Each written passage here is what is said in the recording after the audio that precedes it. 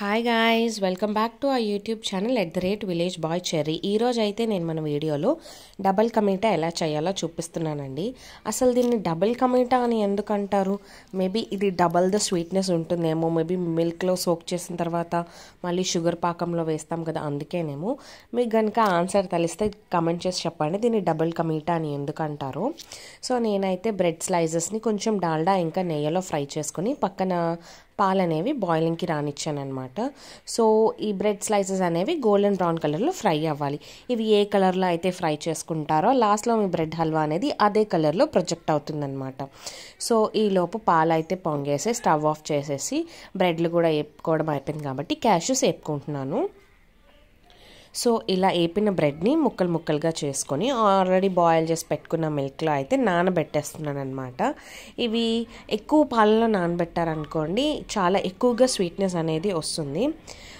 So ఇలా నానబెట్టుకుని బాగా స్మాష్ చేసుకోవాలి అనమాట. ఇవి నాని ఉంటాయి కాబట్టి సో స్మాష్ చేసుకోవడానికి ఈజీ. మీకు పాలు సరిపోలేదు అనుకుంటే ఇంకొక గ్లాస్ ఆఫ్ మిల్క్ అయితే యాడ్ చేసుకోవచ్చు. నేను అలాగే యాడ్ చేసుకున్నాను.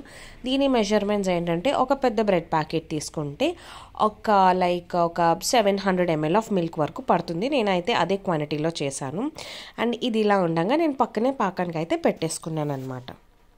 సో పాకానికి మెజర్మెంట్స్ ఏంటంటే, ఈ బౌల్ ఆఫ్ బ్రెడ్ వచ్చింది కదా, సో ఈ బౌల్ ఆఫ్ షుగర్ తీసుకోమని చెప్పారు మా మమ్మీ. అమ్మో అంత షుగర్ తింటే షుగర్ వచ్చేస్తుందేమో అని చెప్పి నేను కొంచెం తక్కువే తీసుకున్నాను. అంటే మా ఇంట్లో షుగర్ కూడా చాలా తక్కువ తింటారని నేను కూడా తక్కువ షుగరే తీసుకొని కొంచెం వాటరే పోసుకుని అయితే పాకం రానిచ్చాను.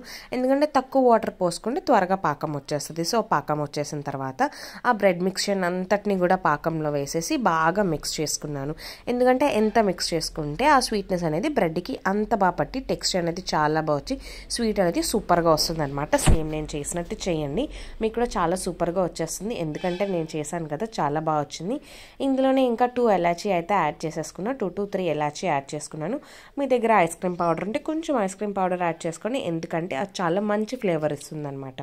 సో ఇంతేనండి, బ్రెడ్ హల్వా చాలా ఈజీ. మీరు కూడా ట్రై చేసి ఎలా వచ్చిందో చెప్పండి. ఇలాంటి మరెన్నో వీడియోస్ కోసం సబ్స్క్రైబ్ చేయండి.